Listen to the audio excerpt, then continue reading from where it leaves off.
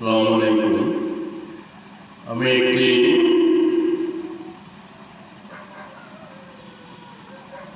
স্বরচিত কবিতা আবৃত্তি করছি।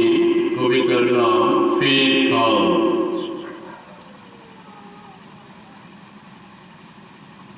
আমরা আর কেউ না, স্রষ্টার হুকুমে মিলিত হয়েছি। ফেথ হাউসের সদস্য যারা রওনা, অবাক হওয়ার কিছু নয়, যারা শুনছেন তাই ভাই। হাজারো স্বপ্ন লালিত ফেথ হাউস, আপনাদের দর্পণে পাবেন মোরা বলে যায় আমরা আর কেউ না, স্রষ্টার হুকুমে মিলিত হয়েছি। ফেথ হাউসের সদস্য যারা রওনা,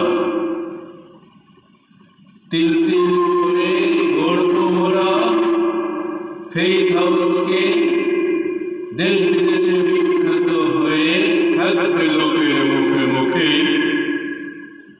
আমরা আর কেউ না। ফেথ হাউসের সদস্য যারা রওনা, আমরা সংঘবদ্ধ কিছু যুবক করেছি স্বপ্ন বিনিয়োগ। স্রষ্টা আমাদের ফেথ হাউসকে দান করুন খাস রহমত, যাতে হাজারো মানুষের জন্য গড়তে পারি মোরা শান্তির সৈকত। আমরা আর কেউ না, স্রষ্টার হুকুমে মিলিত হয়েছি।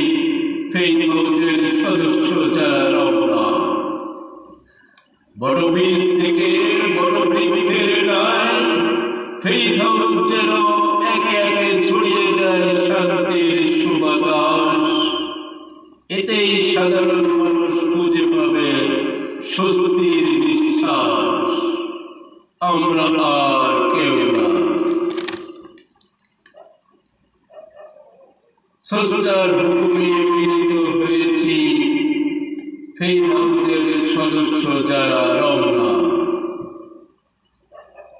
64 জেলার প্রাণের স্পন্দন যেন হয় ফেথ হাউস। সকলের প্রচেষ্টায় করতে পারি যেন 64টা ভিআইপি লঞ্চ। আমরা আর কেউ না, স্রষ্টার হুকুমে মিলিত হয়েছি। ফেথ হাউসের সদস্য যারা রওনা, অশুভে নৌজোয়ান হওয়া জোয়ান, দুর্নীতি ছেড়ে উদ্যোগী হয়ে বাঁচাও দেশের মান প্রাণ। আমরা আর কেউ না, স্রষ্টার হুকুমে মিলিত